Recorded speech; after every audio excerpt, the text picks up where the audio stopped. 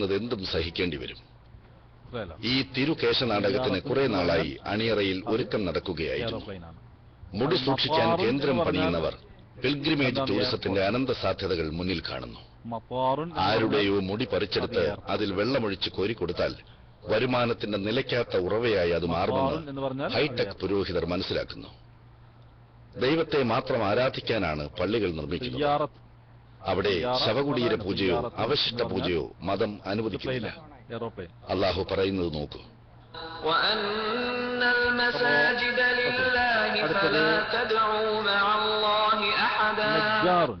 പള്ളികൾ അള്ളാഹുവിനുള്ളതാകുന്നു. അതിനാൽ നിങ്ങൾ അള്ളാഹുവോടൊപ്പം ആരെയും വിളിച്ചു പ്രാർത്ഥിക്കരുത് എന്നും രണ്ടാം ഖലീഫ ഉമർ റളിയല്ലാഹു അൻഹുവിനോടൊപ്പമുള്ള യാത്രയിൽ പ്രവാചകൻ നമസ്കരിച്ച സ്ഥലത്ത് തന്നെ നമസ്കരിക്കണമെന്ന് നിർബന്ധം കാണിച്ച പ്രവാചക അനുയായികൾക്ക് ഉമർ റളിയല്ലാഹു അൻഹു നൽകിയ താക്കീത് ഏറെ ശ്രദ്ധേയമത്രേ. നിശ്ചയം വേദക്കാർ നശിച്ചത് തങ്ങളുടെ നബിമാരുടെ അവശിഷ്ടങ്ങൾ പിന്തുടരുകയും ആ സ്ഥലങ്ങൾ ആരാധന നടത്തുവാനുള്ള ചർച്ചുകളും മഠങ്ങളുമാക്കുകയും ചെയ്തതിനാൽ മാത്രമാണ്. നബി സല്ലല്ലാഹു അലൈഹി വസല്ലം നമസ്കരിച്ച ഒരു സ്ഥലത്തെത്തുമ്പോൾ ആർക്കെങ്കിലും നമസ്കാര സമയമായാൽ അവൻ നമസ്കരിക്കട്ടെ, അല്ലെങ്കിൽ അവൻ സ്ഥലം വിട്ടുകൊള്ളട്ടെ. പ്രവാചക സ്നേഹത്തിന്റെ മറവിൽ മനുഷ്യരെ ചൂഷണം ചെയ്യുന്നവർ അപരാധമാണ് കാണിക്കുന്നത്. പ്രവാചക കേശമെന്ന് പേരിട്ട് വല്ലവരുടെയും മുടി കുപ്പിയിലാക്കി മനുഷ്യരെ വിട്ടികളാക്കുന്നവർ മതത്തെ വികൃതമാക്കുകയാണ്. ഇതാണ് പ്രവാചക നിന്ദ. മുഹമ്മദ് നബിയോടുള്ള സ്നേഹം അവിടുത്തെ വിശുദ്ധമായ ജീവിതം പകർത്തിയാണ് പ്രകടിപ്പിക്കേണ്ടത്, ഇല്ലാത്ത മുടിയുടെ പേരിലുള്ള കോലാഹലങ്ങളിലൂടെയല്ല. പ്രവാചക കുടുംബത്തോടുള്ള സ്നേഹം പറഞ്ഞ് ശവകുടീര പൂജ നടത്തുന്ന ഷിയാക്കളുടെ പൈതൃകമാണ് ഈ മുടിവാണിഭക്കാർക്ക്. ഇറാനിലെ ഖുമ്മും നജഫും ഏറ്റവും വികൃതമായ ശവകുടീര പൂജ നടത്തുന്ന സ്ഥലങ്ങളാണ്. ദൈവത്തിൽ ഭരമേൽപ്പിക്കേണ്ട മനുഷ്യരെ വല്ല അവശിഷ്ടങ്ങളിലും ഭരമേൽപ്പിക്കാൻ പ്രേരിപ്പിക്കുന്നത് കൊടിയ പാതകമാണ്. ഈ തട്ടിപ്പിന് കൂട്ടുനിൽക്കാൻ ആർക്കാണാവുക? ആരോ കാണുന്ന പൈശാചിക സ്വപ്നങ്ങൾക്കനുസരിച്ച് കൾട്ടുകൾ നിർമ്മിക്കുന്നത് അത്യാപത്താണ്. സാംസ്കാരിക കേരളത്തിന് ഏറെ അപമാനമാണ് കേശജലവിൽപ്പനയും പ്രദർശനവും. ദൈവം അവന്റെ അന്തിമ ദൂതനിലൂടെ പഠിപ്പിച്ച മതം സുതാര്യമാണ്. ആത്യന്തിക മോക്ഷത്തിന്റെ മഹാസന്ദേശമാണിത്. മതത്തിന്റെ അപനിർമ്മിതിയിലൂടെ അതിനെ പരിഹസിക്കുന്നവരെ തിരിച്ചറിയാനാവണം. ദൈവത്തിൽ പിടിവിട്ട് അധമരാകുന്നവരുടെ ചിത്രം ഖുർആനിൽ വിവരിക്കുന്നത് കാണാം.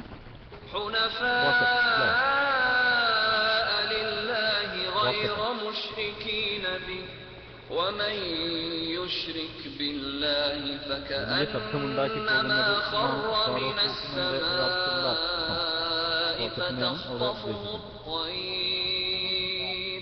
فتخطفه الطير أو تهوي به الريح في مكان سحيق. അള്ളാഹുവിനോട് വല്ലവനും പങ്കുചേർക്കുന്ന പക്ഷം അവൻ ആകാശത്തു നിന്ന് വീണതുപോലെയാകുന്നു. അങ്ങനെ പക്ഷികൾ അവനെ റാഞ്ചിക്കൊണ്ടുപോകും, അല്ലെങ്കിൽ കാറ്റ് അവനെ വിദൂര സ്ഥലത്തേക്ക് കൊണ്ടുപോയി തള്ളുന്നു. മതത്തിന്റെ സൈദ്ധാന്തിക അടിത്തറയായ ഏകദൈവാരാധന നടത്തുന്നവർക്ക് ലഭിക്കുന്ന നിർഭയത്വം ഖുർആനിൽ വിവരിക്കുന്നത്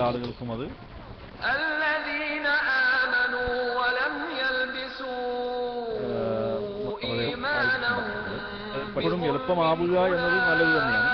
പക്ഷെ എപ്പോഴും എളുപ്പമുള്ളത് മാത്രം പഠിക്കുക എന്ന് പറഞ്ഞാൽ അത് നമ്മുടെ പഠനത്തിനെ സംബന്ധിച്ചിടത്തോളം ബുദ്ധിമുട്ടുണ്ടാകും. എന്തെങ്കിലും വിശ്വസിക്കുകയും തങ്ങളുടെ വിശ്വാസത്തിൽ അന്യായം കൂട്ടിക്കലർത്താതിരിക്കുകയും ചെയ്തവരാരോ അവർക്കാണ് നിർഭയത്വമുള്ളത്. അവർ തന്നെയാണ് നേർമാർഗം പ്രാപിച്ചവർ. ദൈവത്തിന്റെ സൃഷ്ടികളിലോ ശവകുടീരങ്ങളിലോ അവശിഷ്ട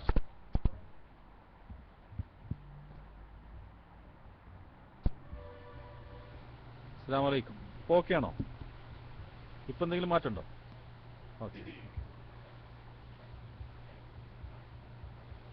അസ്സലാമു അലൈക്കും വറഹ്മത്തുള്ളാഹി വബറകാതുഹു. അപ്പൊ ഞാൻ പറഞ്ഞു വന്നത്, നമ്മൾ എളുപ്പമുള്ളത് പഠിക്കുമ്പോൾ പഠിക്കാൻ സുഖം ഉണ്ടാവും. പക്ഷെ എളുപ്പമുള്ളത് മാത്രം പഠിച്ചാൽ പഠനം ആ പാതി വഴിയിൽ അവിടെ തന്നെ നിൽക്കുന്നു മാത്രം. പിന്നെ അങ്ങോട്ട്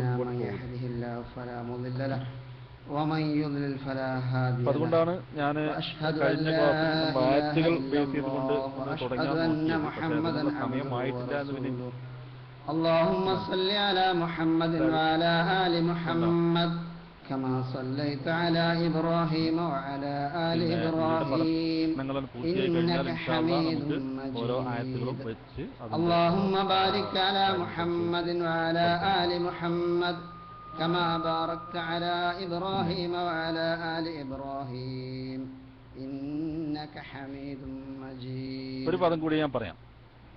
أعوذ بالله من الشيطان الرجيم بسم الله الرحمن الرحيم ألم تر إلى الذين بدلوا نعمة الله كفرا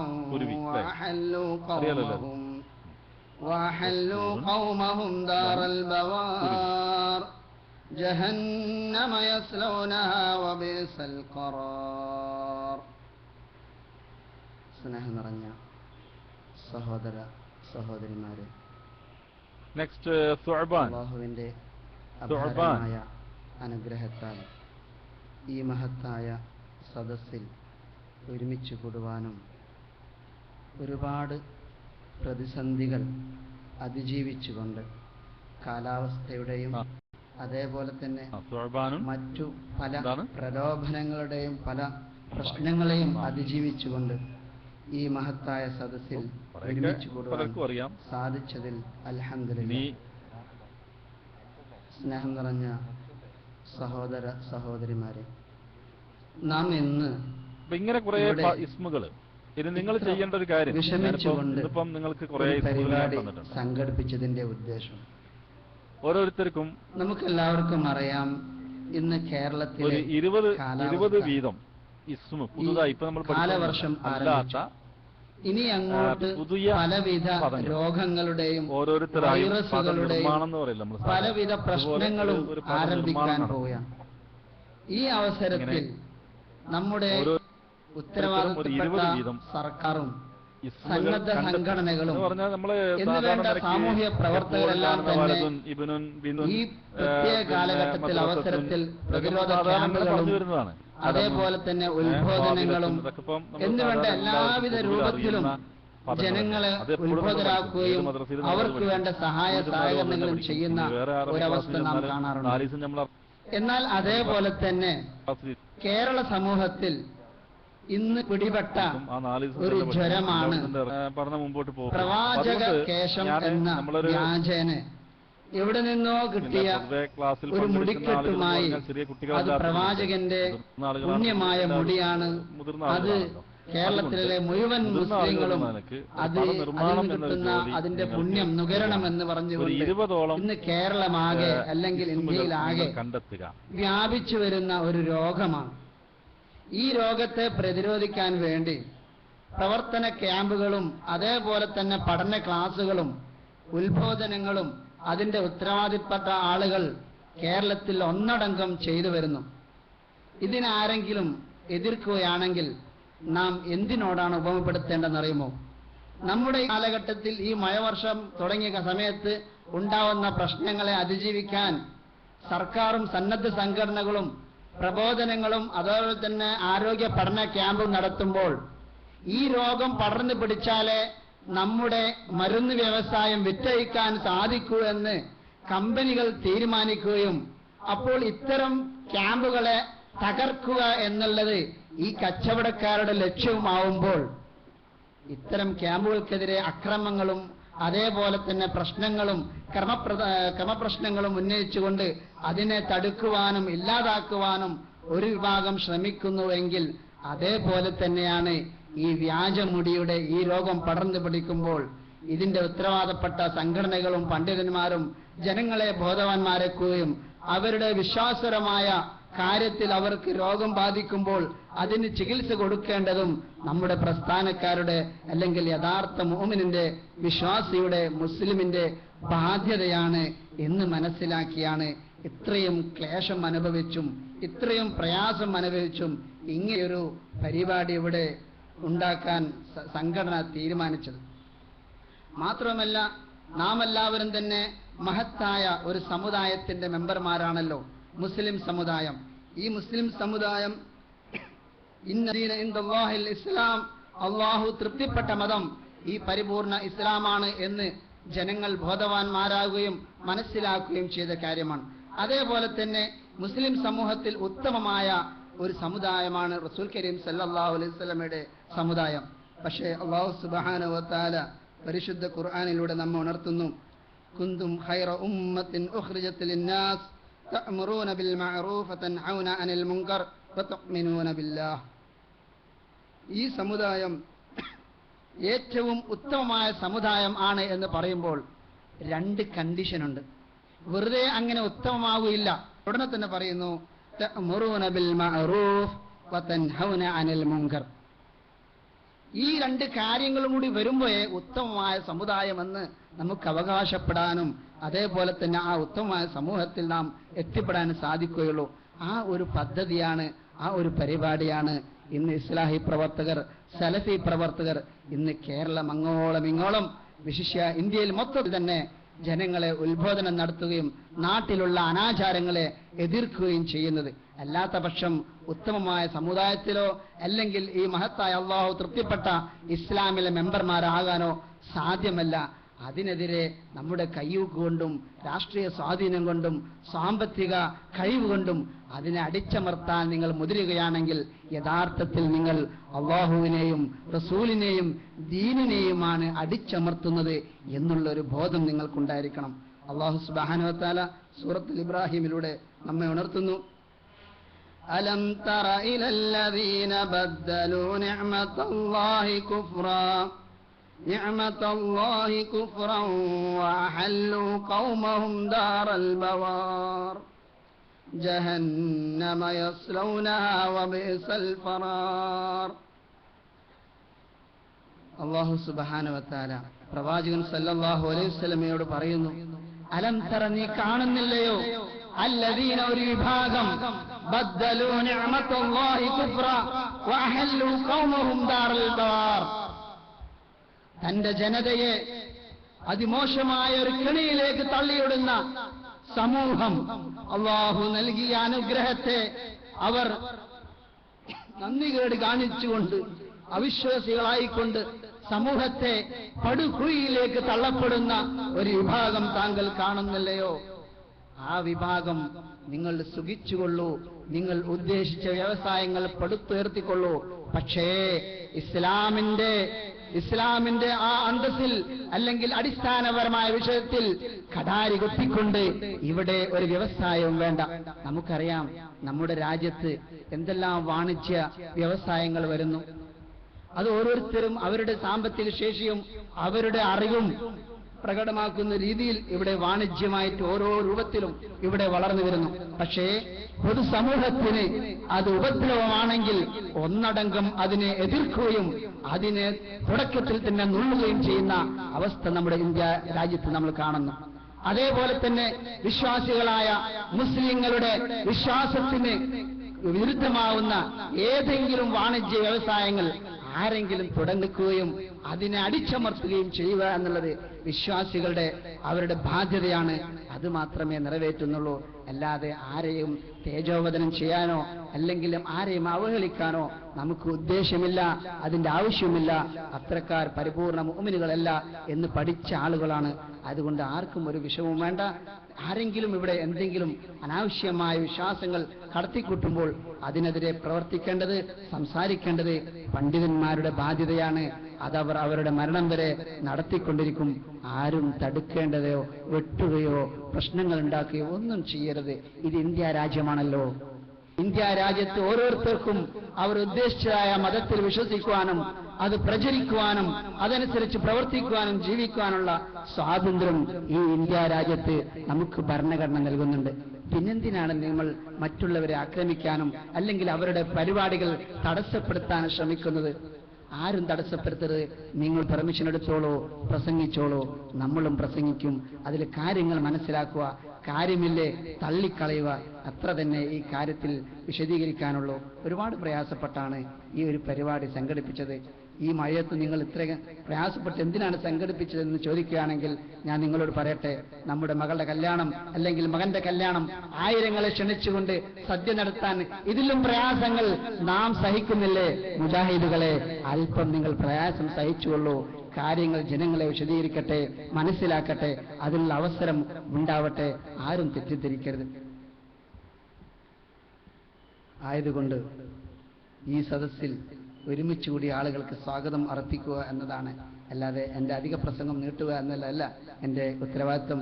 അതുകൊണ്ട് പ്രഭാഷകന് വേണ്ടി വേദി ഞാൻ മാറിക്കൊടുക്കുകയാണ്. ഈ പരിപാടിയിൽ പങ്കെടുത്ത മുഴുവൻ ആളുകൾക്കും സംഘാടകർക്ക് വേണ്ടി സ്വാഗതം അർപ്പിക്കുകയും അതേപോലെ തന്നെ മുഖ്യ പ്രഭാഷണം നടത്തുന്ന അനസ് മൗലവി അവർക്ക് പ്രത്യേകം സ്വാഗതം അർപ്പിച്ചുകൊണ്ട് ഈ വേദിയിലേക്ക് അദ്ദേഹത്തെ സ്വാഗതം ചെയ്യുന്നു. അസ്സലാമു അലൈക്കും വറഹ്മത്തുള്ളാഹി.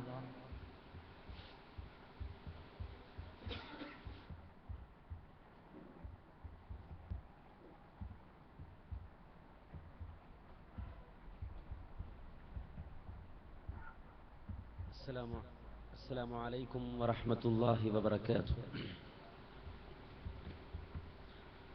الحمد لله نحمده ونستعينه ونؤمن به ونتوكل عليه ونعوذ بالله من شرور أنفسنا ومن سيئات أعمالنا. من يهده الله فلا مضل له ومن يضلل فلا هادي له. أشهد أن لا إله إلا الله وحده لا شريك له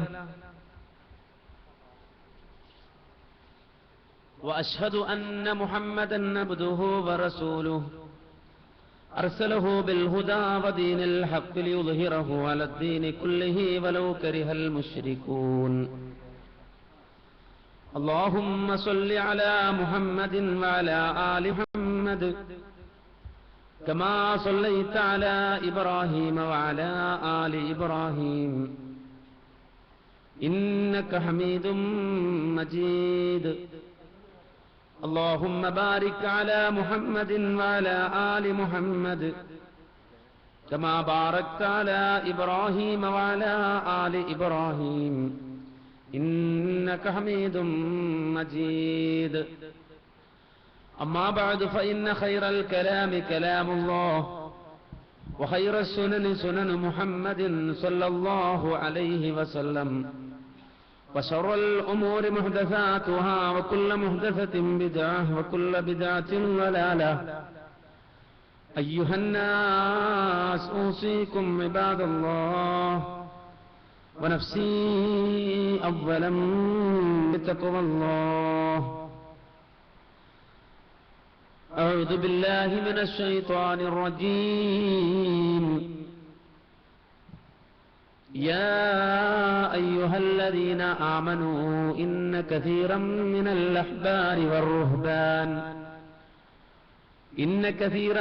الأحبار والرهبان ليأكلون أموال الناس بالباطل ويصدون عن سبيل الله. ബഹുമാന്യരായ പണ്ഡിതന്മാരെ,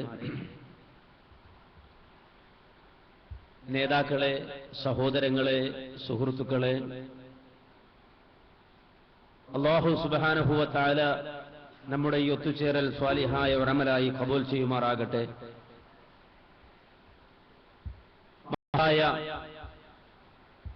ഈ വിജ്ഞാനത്തിന്റെ സദസ്സിൽ സംഗമിച്ചതുപോലെ അല്ലാഹു സുബ്ഹാനഹു വ തആല അവന്റെ വിനീതരായ അടിമകൾക്കായി ഒരുക്കി വെച്ചിട്ടുള്ള അനുഗ്രഹ സമ്പൂർണമായ ജന്നാത്തുൽ ഫിർദൗസിൽ നാം ഏവരെയും ഉൾപ്പെടുത്തി അനുഗ്രഹിക്കുമാറാകട്ടെ.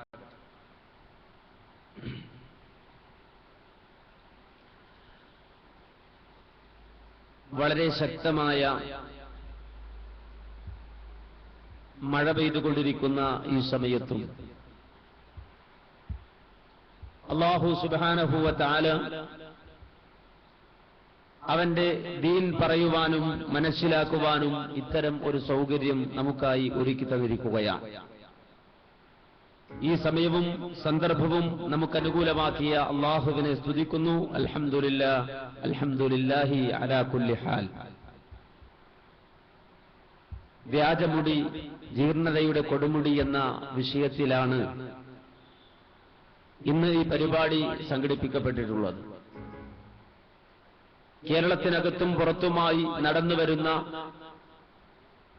വാണിജ്യവൽക്കരിക്കപ്പെടുന്ന ആത്മീയതയ്ക്കെതിരെ ജനമുന്നേറ്റം എന്ന മഹത്തായ പരിപാടിയുമായി ബന്ധപ്പെട്ടുകൊണ്ട് നടക്കുന്ന ഒരു പരിപാടിയാണ്. എന്തുകൊണ്ടും മനുഷ്യ സമൂഹം മനസ്സിലാക്കിയിരിക്കേണ്ട അടിസ്ഥാനപരമായ ചില കാര്യങ്ങൾ ഉണ്ട്. ആ കാര്യങ്ങളിൽ ഏറ്റവും പ്രധാനപ്പെട്ടത് മനുഷ്യജീവിതത്തിന് വിജയം നേടിയെടുക്കുവാൻ കഴിയുന്ന കാര്യങ്ങളാണ്. 10, 60, 70, 80 കൊല്ലക്കാലം ഈ ലോകത്ത് ജീവിച്ച് അവസാനം മരണപ്പെട്ട് കഴിയുമ്പോൾ എന്റെ ജീവിതം പരാജയത്തിലായല്ലോ, ഞാൻ പരാജിതനായി മാറിയല്ലോ എന്ന ഖേദത്തിലാണ്, വിഷമത്തിലാണ്, പ്രയാസത്തിലാണ് ഞാനും നിങ്ങളും അകപ്പെടുന്നതെങ്കിൽ ഒരിക്കലും നമ്മുടെ പ്രയാസം തീർക്കുവാൻ, ദുരിതം തീർക്കുവാൻ ഒരു ശക്തിക്കും സാധിക്കുകയില്ല. നേരെ മറിച്ച് അല്ലാഹു സുബ്ഹാനഹു വ തആല മനുഷ്യന് നൽകിയിട്ടുള്ള വളരെ തുച്ഛമായ ഈ ലോക ജീവിതത്തിൽ അവൻ നൽകിയ അനുഗ്രഹങ്ങൾ ആസ്വദിച്ചുകൊണ്ട് ജീവിക്കുന്നതോടൊപ്പം അല്ലാഹുവിന്റെ വിധിവിലക്കുകൾ പാലിച്ചുകൊണ്ട് ഈ ജീവിതം വിജയപ്രദമാക്കി തീർക്കുവാൻ നമുക്ക് സാധിച്ചാൽ പിന്നീട് ഒരിക്കലും മനുഷ്യ സമൂഹത്തെ സംബന്ധിച്ചിടത്തോളം അവർക്ക്, അത്തരത്തിൽ ജീവിച്ചവർക്ക് നിരാശ അനുഭവിക്കേണ്ടി വരികയും ഇല്ല. അതുകൊണ്ട് തന്നെ ഒരു മനുഷ്യ ജീവിതത്തിന്റെ വിജയവും പരാജയവും നിശ്ചയിക്കപ്പെടുന്നത് ഭൗതികമായ മനുഷ്യന്റെ ജീവിതം, ആ ജീവിതത്തിൽ അവൻ സ്വീകരിക്കുന്ന നിലപാടുകൾക്കനുസരിച്ചുകൊണ്ടാണ്. ഞാൻ എന്റെ ജീവിതത്തിൽ സ്വീകരിച്ച നിലപാടുകൾ അത് തെറ്റായി പോയാൽ നിശ്ചയിക്കപ്പെടുന്നത് അതിന്റെ ശിക്ഷ ഐഹിക ലോകത്ത് മാത്രമല്ല ഞാൻ അനുഭവിക്കേണ്ടി വരിക, നാളെ പാരത്രിക ലോകത്തിലും ഞാൻ അനുഭവിക്കേണ്ടി വരും. നിലപാടുകൾക്കനുസരിച്ചുകൊണ്ടാണ് ഞാൻ എന്റെ ജീവിതത്തിൽ സ്വീകരിക്കുന്ന നിലപാടുകൾ അത് നേരായ സത്യത്തിന്റെ, ധർമ്മത്തിന്റെ, പ്രവാചകന്മാർ പഠിപ്പിച്ച സുന്ദരമായ ആശയത്തിന്റെ മാർഗത്തിൽ ഉറച്ചു നിന്നുകൊണ്ട് മാത്രമല്ല ഞാൻ ചെയ്യുമ്പോൾ അതുവഴി എനിക്ക് ലഭിക്കുന്ന സുഖം ഐഹിക ലോകത്ത് മാത്രമല്ല, നേരെ മറിച്ച് പാരത്രിക ലോകത്തേക്കും അത് നീളുകയാണ്. അതുകൊണ്ട് ഭൗതിക ലോകത്ത് മനുഷ്യൻ സ്വീകരിക്കുന്ന നിലപാടുകൾ, ആ നിലപാടുകളെ സംബന്ധിച്ചിടത്തോളം അത് കൃത്യമായിരിക്കണം, ആ നിലപാടുകൾ ശക്തമായിരിക്കണം, ആ നിലപാടുകൾ ശരിയായിരിക്കണം, ഐഹിക ലോകത്ത് മാത്രമല്ല. അതുകൊണ്ട് തന്നെ അല്ലാഹു സുബ്ഹാനഹു വ തആല മാനവ സമൂഹത്തോട്, അല്ലെങ്കിൽ ലോകത്തുള്ള സർവമാന മനുഷ്യരോടുമായി പ്രഖ്യാപിച്ചു പറഞ്ഞു, ഇമ്മാ യഅ്തിയന്നകും മിന്നീ ഹുദൻ ഫമൻ തബിഅ ഹുദായ ഫലാ ഖൗഫുൻ അലൈഹിം വലാ ഹും യഹ്സനൂൻ. ഐഹിക ലോകത്ത് നിങ്ങൾ ജീവിക്കുമ്പോൾ ഇമ്മാ യഅ്തിയന്നകും മിന്നീ ഹുദൻ, എന്നിൽ നിന്നുള്ള മാർഗദർശനം, എന്നിൽ നിന്നുള്ള ഹിദായത്ത് നിങ്ങൾക്ക് വന്നെത്തുന്നതായാൽ ആ ഹിദായത്ത് നിങ്ങൾക്ക് ഞാൻ എത്തിച്ചു തരും, ആ നേരായ വഴി നിങ്ങൾക്ക് ഞാൻ കാണിച്ചു തരും. ആ കാണിച്ചു തരുന്ന മാർഗം നിങ്ങൾ പിൻപറ്റിയാൽ ഫലാ ഖൗഫുൻ അലൈഹിം വലാ ഹും യഹ്സനൂൻ, അവർക്ക് യാതൊന്നും ഭയപ്പെടാനില്ല, അവർ ക്ലേശിക്കേണ്ടി വരികയും ഇല്ല എന്ന് വിശുദ്ധ ഖുർആൻ പറയുകയാണ്, പഠിപ്പിക്കുകയാണ്. അപ്പോൾ മനുഷ്യന്റെ ജീവിതത്തിൽ ക്ലേശമുണ്ടാകാതിരിക്കാൻ, അവൻ നിരാശനാകാതിരിക്കാൻ അല്ലാഹു സുബ്ഹാനഹു വ തആല മനുഷ്യ ജീവിതത്തിലെ വിജയത്തിന്റെ മാർഗം, ഹിദായത്തിന്റെ മാർഗം സമൂഹത്തിന് എത്തിച്ചു തരാം, മനുഷ്യർക്ക് എത്തിച്ചു തരാം എന്ന് വിശുദ്ധ ഖുർആനിലൂടെ ഓഫർ ചെയ്യുകയാണ്. ലോകത്ത് കഴിഞ്ഞുപോയ നബിമാർ, അമ്പിയാക്കന്മാർ, അവർ മുഴുവനും ഈ സത്യസന്ദേശവുമായി, ഹിദായത്തിന്റെ മാർഗവുമായി ലോകത്ത് കടന്നു വന്നവരാണ്. അന്തിമ പ്രവാചകൻ അഷ്റഫുൽ ഖൽഖ് മുഹമ്മദ് മുസ്തഫ സല്ലല്ലാഹു അലൈഹി വസല്ലമയടക്കമുള്ള പ്രവാചകന്മാർ വഹയിന്റെ അടിസ്ഥാനത്തിൽ ഈ സന്ദേശം നമുക്ക് കൈമാറി തന്നു. ഒരു നബിയും തന്റെ ഇഷ്ടമല്ല പറഞ്ഞത്, തന്റെ തീരുമാനമല്ല പറഞ്ഞത്, തന്റെ പഠനമല്ല പറഞ്ഞത്. അന്തിമ പ്രവാചകൻ മുഹമ്മദ് നബി സല്ലല്ലാഹു അലൈഹി വസല്ലമയെ സൂചിപ്പിച്ചുകൊണ്ട് തന്നെ വിശുദ്ധ ഖുർആൻ പറയുന്നത് കാണാം, വമാ യന്തിഖു അനിൽ ഹവാ ഇൻ ഹുവ ഇല്ലാ വഹയ്യൂഹാ. ഒരിക്കലും മുഹമ്മദ് നബി സല്ലല്ലാഹു അലൈഹി വസല്ലമ തന്നിഷ്ടപ്രകാരം സംസാരിക്കുന്ന ആളല്ല, മതം എന്ന നിലക്ക് റസൂലുള്ളാഹി സ്വല്ലല്ലാഹു അലൈഹി വസല്ലമ പറയുന്ന കാര്യങ്ങൾ സ്വന്തം ഇച്ഛപ്രകാരം സ്വന്തം താല്പര്യപ്രകാരം പറയുന്ന കാര്യങ്ങളല്ല, നേരെ മറിച്ച് ഇൻ ഹുവ ഇല്ലാ വഹ്യൂഹാ, മതം എന്ന നിലക്ക് റസൂലുള്ളാഹി സ്വല്ലല്ലാഹു അലൈഹി വസല്ലമ പറയുന്ന മുഴുവൻ കാര്യങ്ങളും അല്ലാഹുവിങ്കിൽ നിന്നുള്ള വഹയാണ്, റബ്ബിങ്കിൽ നിന്നുള്ള ബോധനമാണ്. ആ ബോധനത്തിന്റെ അടിസ്ഥാനത്തിൽ, വഹയിന്റെ അടിസ്ഥാനത്തിലാണ് പ്രവാചകൻ സംസാരിക്കുന്നത്. അപ്പോൾ സ്വന്തം ഇഷ്ടം നബി പറയുന്നില്ല, സ്വന്തം തീരുമാനം റസൂലുള്ള പറയുന്നില്ല. നേരെ മറിച്ച് അല്ലാഹുവിന്റെ വഹി അനുസരിച്ചുകൊണ്ട് ദീൻ പറയുകയാണ്, പഠിപ്പിക്കുകയാണ്. 23 കൊല്ലക്കാലത്തെ ജീവിതം കൊണ്ട് പ്രവാചകൻ അത് പൂർത്തിയാക്കുകയാണ്. അതുകൊണ്ടാണ് അല്ലാഹു സുബ്ഹാനഹു വ തആല വിശുദ്ധ ഖുർആനിലൂടെ പ്രഖ്യാപിച്ചത്, അൽയൗമ അക്മൽതു ലക്കും ദീനക്കും വഅത്മംതു അലൈക്കും നിഅമതി വറദീതു ലക്കുമുൽ ഇസ്ലാമ ദീനാ. നമുക്കറിയാം റസൂലുള്ളാഹി സ്വല്ലല്ലാഹു അലൈഹി വസല്ലമയുടെ ജീവിതത്തിലെ ആദ്യത്തേതും അവസാനത്തേതുമായ ഹജ്ജ് നിർവഹിച്ച് അവിടുന്ന് റസൂലുള്ളാഹി സ്വല്ലല്ലാഹു അലൈഹി വസല്ലമ ആ ഹജ്ജിന്റെ ഭാഗമായി കൊണ്ട് അറഫ മൈതാനത്ത് ഒരുമിച്ച് കൂടിയ 1 ലക്ഷത്തോളം വരുന്ന സഹാബത്തിനെ അഭിസംബോധന ചെയ്തുകൊണ്ട് സംസാരിക്കുമ്പോൾ അല്ലാഹു സുബ്ഹാനഹു വ തആല അവതരിപ്പിച്ചു കൊടുക്കുകയാണ്, അൽയൗമ അക്മൽതു ലക്കും ദീനക്കും വഅത്മംതു അലൈക്കും നിഅമതി. ഇന്നേ ദിവസം നിങ്ങളുടെ ഈ മതം ഞാൻ നിങ്ങൾക്ക് പൂർത്തിയാക്കി തന്നിരിക്കുന്നു. തീർച്ചയായും എന്റെ നിഅമത്ത് അഥവാ ലോകത്തിന്ന് വരെയും ആവർത്തിച്ച് ജനത്തിന് അനുഭവിക്കുവാൻ തക്കവണ്ണം ഞാൻ പരിപാലിച്ചു കൊണ്ടുവന്ന നുബൂവത്താകുന്ന നിഅമത്ത് അത് പൂർത്തിയാക്കിക്കൊണ്ടും ഇതാ നിങ്ങളെ ഞാൻ അനുഗ്രഹിച്ചിരിക്കുന്നു, അതും നിങ്ങൾക്ക് നാം പൂർത്തിയാക്കി തന്നിരിക്കുന്നു. വറദീതു ലക്കുമുൽ ഇസ്ലാമ ദീനാ, ഇസ്ലാമിനെ നിങ്ങൾക്ക് മതമായി തൃപ്തിപ്പെട്ടു തന്നിരിക്കുന്നു. നിങ്ങൾക്ക് സ്വീകരിക്കാവുന്ന ഒരു മതമുണ്ട്, അത് ഇസ്ലാമാണ്. ആ ഇസ്ലാമിന്റെ പ്രത്യേകത അത് മനുഷ്യർ അവരുടെ സിദ്ധാന്തം രൂപപ്പെടുത്തി അത് മതമായി പറഞ്ഞതല്ല. ഏതെങ്കിലും ഒരു വ്യക്തി അദ്ദേഹം ഒരു ലൈബ്രറിയിൽ കുത്തിയിരുന്ന് കുറെ പഠിച്ചുണ്ടാക്കി അതിന്റെ അടിസ്ഥാനത്തിൽ നിർമ്മിച്ച ഒരു മതമല്ല. അതല്ലെങ്കിൽ ഒരാൾ അയാൾക്ക് തോന്നിയ തോന്നലുകളുടെ അടിസ്ഥാനത്തിൽ നിർമ്മിച്ചുണ്ടാക്കിയ മതമല്ല. നേരെ മറിച്ച് അല്ലാഹു സുബ്ഹാനഹു വ തആല അവന്റെ പ്രവാചകന്മാർക്ക് വഹി കൊടുത്തുകൊണ്ട് പഠിപ്പിച്ച മതമാണ് ഇസ്ലാം. അതുകൊണ്ട് ഇസ്ലാമിന് ആധികാരികതയുണ്ട്, ഇസ്ലാമിക നിയമങ്ങൾക്ക് ആധികാരികതയുണ്ട്. നമുക്കറിയാം ലോകത്ത് 1400 വർഷങ്ങൾക്ക് ശേഷം മുസ്ലിമാകുന്ന ഒരു വ്യക്തി, ആ വ്യക്തിയെ സംബന്ധിച്ചിടത്തോളം അയാൾക്ക് നബി സല്ലല്ലാഹു അലൈഹി വസല്ലമയുടെ വാചകങ്ങൾ, പ്രവാചകൻ പഠിപ്പിച്ച കാര്യങ്ങൾ ലഭ്യമാണ്. ഒരു ഐതിഹ്യം എന്ന നിലക്കല്ല, അല്ലെങ്കിൽ ഒരു ശങ്കയുടെ അടിസ്ഥാനത്തിലോ സംശയത്തിന്റെ അടിസ്ഥാനത്തിലോ അല്ല. 1400 വർഷങ്ങൾക്ക് മുമ്പ് മുഹമ്മദ് നബി സല്ലല്ലാഹു അലൈഹി വസല്ലമ എന്താണ് പറഞ്ഞത് എന്ന് ബോധ്യപ്പെടുന്ന രൂപത്തിലാണ് ഇസ്ലാമിന്റെ പ്രമാണങ്ങൾ നിലനിൽക്കുന്നത്. തറക്തു ഫീക്കും അംറൈൻ ലൻ തളില്ലു മാ തമസ്സക്തും ബിഹിമാ കിതാബുല്ലാഹി വസുന്നത്തു റസൂലിഹി. അല്ലാഹുവിന്റെ റസൂൽ പറഞ്ഞു, 2 കാര്യങ്ങൾ നിങ്ങളിൽ ഞാൻ ഉപേക്ഷിച്ചു പോകുന്നു. ആ 2 കാര്യങ്ങളുടെ പ്രത്യേകത ലൻ തളില്ലു മാ തമസ്സക്തും ബിഹിമാ, അത് രണ്ടും നിങ്ങളുടെ ജീവിതത്തിൽ നിങ്ങൾ മുറുകെ പിടിക്കുവോളം നിങ്ങൾ വഴിപിഴക്കുകയില്ല, വഴികേട് നിങ്ങൾക്ക് സംഭവിക്കുകയില്ല.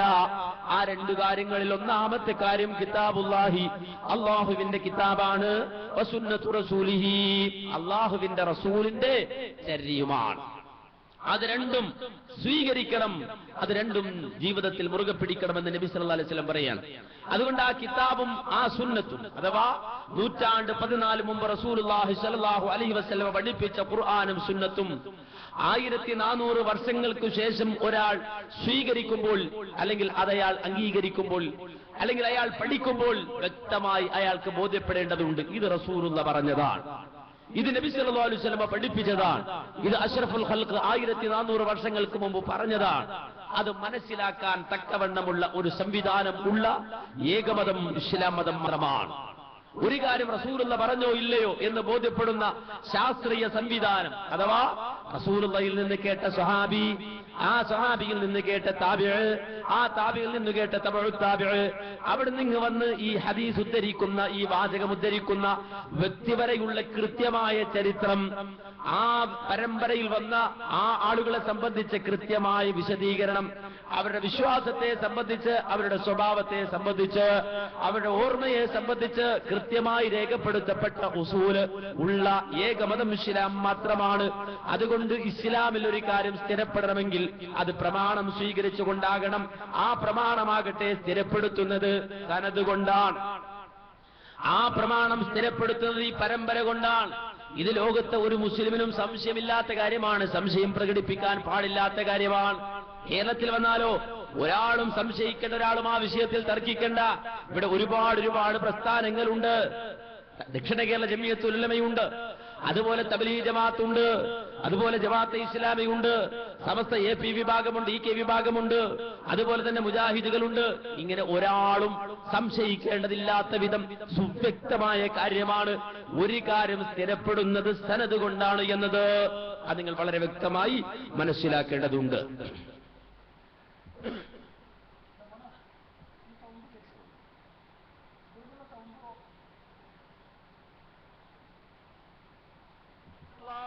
റസൂൽ സല്ലല്ലാഹു അലൈഹി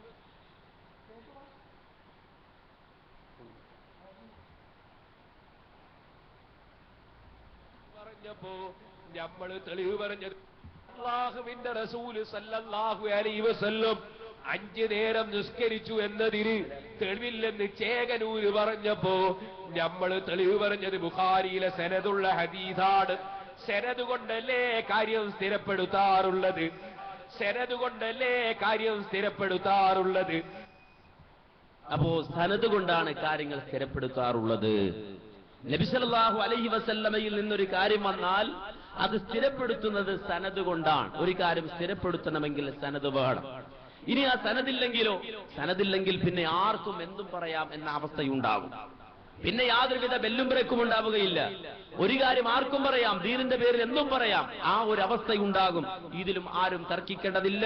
ഉണ്ട് അങ്ങനെ അത്ര കണിശമായി റസൂലുള്ളാഹി സ്വല്ലല്ലാഹു അലൈഹി വസല്ലം തങ്ങളുടെ വാക്കിന് സനദ് വേണം. എന്നിട്ടല്ലേ ഷാർ മുബാറക്കിന്റെ സനദ് ചോദിച്ചാൽ പൊറുതികേട് കാണിക്കേണ്ട ആവശ്യം. ഇല്ലെങ്കിൽ എന്താ സംഭവിക്കുക? ആർക്കും എന്തും പറയാം. നാളെ ഞാനൊരു മോതിരം കൊണ്ടുവരിക, മോതിരം കൊണ്ടുവന്നിട്ട് നിങ്ങളോട് പറയുന്നു, സഹോദരന്മാരെ, ഇന്നലെ ഞാൻ നാട്ടിൽ സ്വപ്നം കണ്ടു, നബി തങ്ങളെ സ്വപ്നം കണ്ടു, ഈ മോതിരം എനിക്ക് സ്വപ്നത്തിൽ തന്നതാണ്. എന്താ പറഞ്ഞൂടെ? സ്വപ്നത്തിന്റെ കള്ളക്കഥകൾ പറഞ്ഞു നടക്കുന്ന ആളുകൾക്ക് എന്തായാലും പറഞ്ഞൂടെ? ഇത് എല്ലാം പറയാമെന്ന സ്ഥിതി വന്നാൽ ആർക്കും എന്തും പറയാം. പണ്ട് മത്തിക്കച്ചവടക്കാരൻ മത്തി ഇങ്ങനെ വെച്ച് വിൽക്കുകയാണ് പോലും ഏതോ നാട്ടിൽ. ഇത് അങ്ങനെ പറയപ്പെടുന്ന ഒരു കഥയാണ്. ഇനി അതിന് തെളിവ് ചോദിക്കണ്ട. മത്തി കച്ചവടക്കാരൻ മത്തി ഇങ്ങനെ വിൽക്കുക. അപ്പുറത്ത് ചെമ്മീനുണ്ട്, അതിനപ്പുറം മുള്ളനുണ്ട്, അതിനപ്പുറം ആവൂലി അയക്കൂരൊക്കെ ഉണ്ട്. എല്ലാരും ആവൂലി അയക്കൂരിയും ചെമ്മീനും ഒക്കെ വാങ്ങി പോവാ. അപ്പൊ സമയം വൈകി മത്തി കച്ചവടം നടന്നിട്ടില്ലെങ്കിൽ പറ്റൂല. അപ്പൊ മൂപ്പര് മന്നക്കല മത്തി ബഹുവ മിൻ ഉമ്മത്തി, ആരെങ്കിലും മത്തി തിന്നാൽ എന്റെ ഉമ്മത്തിൽപ്പെട്ടതാണെന്ന് നബി തങ്ങൾ പറഞ്ഞു എന്നങ്ങ് പറഞ്ഞു. മത്തി ചെലവായി പോലും. ഇങ്ങനെ ആയിക്കൂടെ? സനദ് വേണ്ടല്ലോ. കണ്ടോ? അപ്പൊ സനദ് വേണ്ട എന്നൊരവസ്ഥ വന്നാലോ ആർക്കും എന്തും പറയാം. മത്തിക്കച്ചവടക്കാരന് ഹദീസ് ഉണ്ടാക്കാം, പച്ചക്കറി കച്ചവടക്കാരന് അപ്പുറത്തെ ഹദീസ് ഉണ്ടാക്കാം, അതുപോലെ റിയൽ എസ്റ്റേറ്റുകാരന് ഹദീസ് ഉണ്ടാക്കാം, ആർക്കും എന്തുണ്ടാക്കാം. അതുകൊണ്ട് ഇസ്ലാമിൽ ഒരു കാര്യം സ്ഥിരപ്പെടുത്തണമെങ്കിൽ സനദ് വേണം, പരമ്പര വേണം. സനദില്ലാത്തത് ഒരിക്കലും സ്വീകാര്യമല്ല, പരമ്പരയില്ലാത്തത് സ്വീകാര്യമല്ല. ഇസ്ലാമിന്റെ പ്രത്യേകതയാണ്. എന്നാൽ ഈ തത്വം പ്രമാണം നോക്കിയാണ് ദീൻ പഠിക്കേണ്ടത് എന്ന തത്വം സ്വീകരിച്ച ഏക പ്രസ്ഥാനം അത് മുജാഹിദ് പ്രസ്ഥാനം മാത്രമാണ്. ഇത് വർഷങ്ങളായി മുജാഹിദുകൾ പറയുന്ന കാര്യമാണ്. നമ്മുടെ ജീവിതത്തിൽ ഒരു കാര്യം സ്വീകരിക്കുന്നത് കൃത്യമായതായിരിക്കണം, നബി സല്ലല്ലാഹു അലൈഹി വസല്ലമയിൽ നിന്ന് വന്നതായിരിക്കണം. നബി സല്ലല്ലാഹു അലൈഹി വസല്ലമയിൽ നിന്ന് വരാത്ത ഒരു കാര്യം ഒരിക്കലും റസൂലുള്ളാഹി പഠിപ്പിച്ചു എന്ന നിലയിൽ സ്വീകരിക്കാൻ പാടില്ല.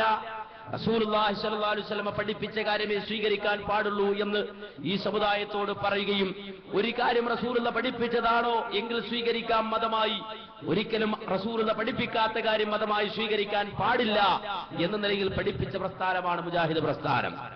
ഈ രൂപത്തിൽ കൃത്യമായി സനദ് പരമ്പര കൊണ്ട് സ്ഥിരപ്പെട്ട കാര്യം സ്വീകരിക്കുന്ന അവസ്ഥ ഈ സമുദായത്തിൽ ഉണ്ടായാൽ നിങ്ങൾ മനസ്സിലാക്കണം, ഇന്ന് സമൂഹം പേറുന്ന ഏതാണ്ടെല്ലാ അന്ധവിശ്വാസങ്ങളും ഇല്ലാതായി മാറും.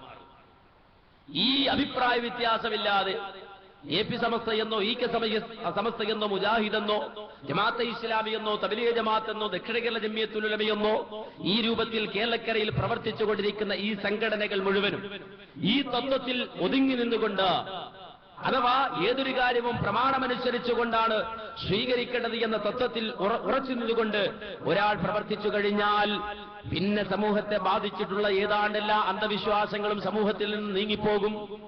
ഇസ്ലാം അല്ലാത്ത നിലയിൽ ആളുകൾ ആചരിച്ചു വരുന്ന കാര്യങ്ങൾ സമൂഹത്തിൽ നിന്ന് നീങ്ങിപ്പോകും. ഒരുപാട് ഉദാഹരണങ്ങൾ പറയാനുണ്ട്. ഒന്ന് മാത്രം ഞാൻ ഉദാഹരണത്തിന് പറയട്ടെ. നമ്മുടെ നാട്ടിലുള്ള ജനങ്ങൾ അവർ മതമായി ആചരിക്കുന്ന, മതത്തിന്റെ ഭാഗമായി ആചരിക്കുന്ന ഒന്നാണ് മൗലിദ് പാരായണം. ആ മൗലിദിൽ ഒരു മൗലിദാണ് മങ്കൂസ് മൗലിദ് എന്ന് പറയുന്ന മൗലിദ്. ആ മൗലിദ് എടുത്ത് മുന്നിൽ വെക്കുക, എന്നിട്ട് പരിശോധിക്കുക ഇതിന്റെ പരമ്പര എന്താണ്, ഇതിന്റെ സനദെന്താ പരിശോധിക്കുക. പരമ്പര നോക്കിയാൽ പരമ്പര കാണുമോ? പരമ്പര കാണില്ല. പരമ്പരയില്ലാത്തത് മാറ്റിവെക്കണമെന്നാണ്.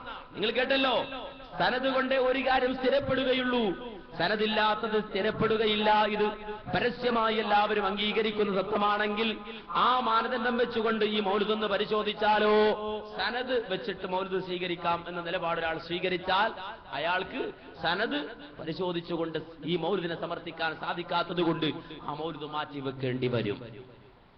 മൗലിദ് മാറ്റിവെക്കേണ്ടി വരും എന്ന് നമ്മൾ പറയുമ്പോൾ ചിലപ്പോൾ ചിന്തിക്കും അത് മുജാഹിദികൾ അവർക്ക് വേണ്ടി പറയാണ്. അല്ല, മുജാഹിദുകൾ അവർക്ക് വേണ്ടി പറയുകയല്ല, നേരെ മറിച്ച് മുസ്ലിയാക്കന്മാർ തന്നെ ആ സംഗതി അംഗീകരിക്കുകയാണ്. ഇനി സുഹൃത്തുക്കളെ, കിതാബും കൊണ്ടുവാ, കിതാബും കൊണ്ടുവാ, എന്നിട്ട് പറയാൻ പറ്റും. മങ്കൂസ് മൗലിദ് തള്ളിയതെന്താ? ആലായിരിക്കും كان إلى جانبي رجل ذمي وكنت في شهر ربيع الأول أدعو الفقهاء وأعمل مولدا للنبي صلى الله عليه وسلم. മുജാഹിദുകൾ എന്ത് പറഞ്ഞു? അതിന് സഹിഹായ സനദില്ലാന്ന് തള്ളി മങ്കൂസ് മൗലിദ്. നിങ്ങളിപ്പോ പറയുന്നത് സഹിഹായ സനദില്ലേ, തള്ളണം. മങ്കൂസിന് തള്ളാനുള്ള ഏർപ്പാടാ, തുടക്കാണിത്. കണ്ടോ? അപ്പൊ സനത് നോക്കിയാൽ പിന്നെ മങ്കൂസ് മൗലിദ് സ്വീകരിക്കാൻ പറ്റൂല, നേരെ മറിച്ച് തള്ളേണ്ടി വരും. ഇങ്ങനെ പറഞ്ഞു. അപ്പൊ മങ്കൂസ് മൗലിദ് സനത് നോക്കിയാൽ പിന്നെ സ്വീകരിക്കാൻ പറ്റൂല എന്നാ, തള്ളേണ്ടി വരും. ഇതാണ് മുജാഹിദ് പ്രസ്ഥാനം വളരെ നേരത്തെ തള്ളിയത്. എന്തുകൊണ്ടാ? മൗലിദിനോടുള്ള ദേഷ്യം കൊണ്ടല്ല, സനദില്ല, പരമ്പരയില്ല. ഇസ്ലാമിൽ ഒരു കാര്യം സ്ഥിരപ്പെടണമെങ്കിൽ പരമ്പര വേണം, സനത് വേണം. സനത് നോക്കിയല്ലാതെ ദീൻ സ്വീകരിക്കുന്ന അവസ്ഥയുണ്ടായാലോ ആർക്കൊന്നും പറയാം. എനിക്ക് വേണമെങ്കിൽ ഒന്ന് ദീനായി പറയാം, എഴുതി ഉണ്ടാക്കാം, ഒരു കഥ കെട്ടി പറയാം, എന്നിട്ട് അള്ളാന്റെ റസൂല് പറഞ്ഞു എന്ന് പറയാം. ഇതുപോലെ നേരത്തെ മീൻ കച്ചവടക്കാരൻ പറഞ്ഞില്ലേ, എന്ത് മന്നക്കലമത്തി ഫഹുവ മിൻ ഉമ്മത്തി. ഇതുപോലെ ഓരോരുത്തർക്കും മതമുണ്ടാക്കാൻ പറ്റുന്ന അവസ്ഥയുണ്ടാകും. അതുണ്ടാകാൻ പാടില്ല. അതുകൊണ്ടാണ് സനത് നോക്കണമെന്ന് മുജാഹിദുകൾ പറഞ്ഞത്.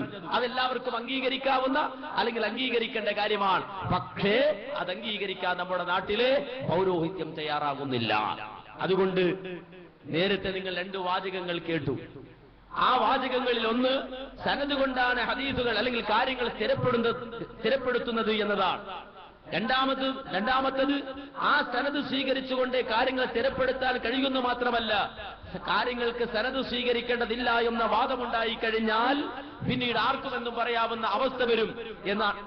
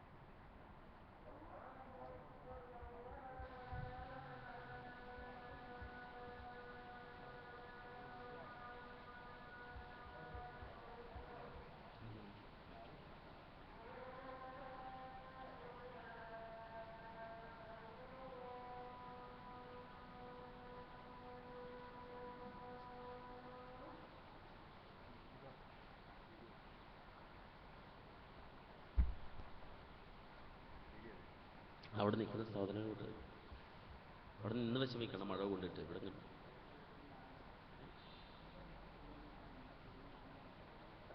ഇടയ്ക്കൊക്കെ ഇരിക്കുക, നിങ്ങൾ തന്നെ അവിടെ നിന്ന് വിഷമിക്കും.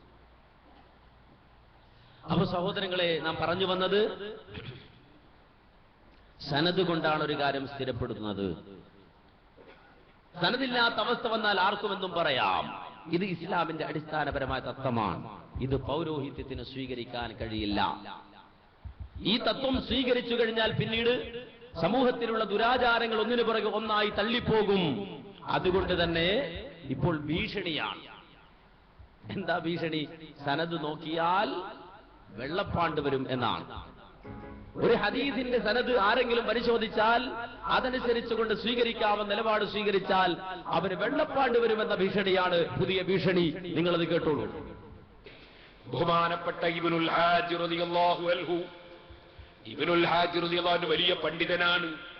ആ ഇബ്നുൽ ഹാജ് തങ്ങൾ ഒരു ദിവസം കണ്ടു ഒരു ഹദീസ്. എന്താണ് ഹദീസ്? ബുധനാഴ്ച നഖം മുറിക്കുന്നത് നന്നല്ല. അല്ലേ? എങ്ങനല്ലേ? ബുധനാഴ്ച നഖം മുറിക്കുന്നത് നന്നല്ല. ആ ഹദീസ് കണ്ടപ്പോ ബഹുമാനപ്പെട്ടവര് ചിന്തിച്ചു, നഖം മുറിക്കാനായിട്ടില്ലേ? നീണ്ടിട്ടുണ്ടല്ലോ നഖം, സുന്നത്തല്ലേ നഖം മുറിക്കല്?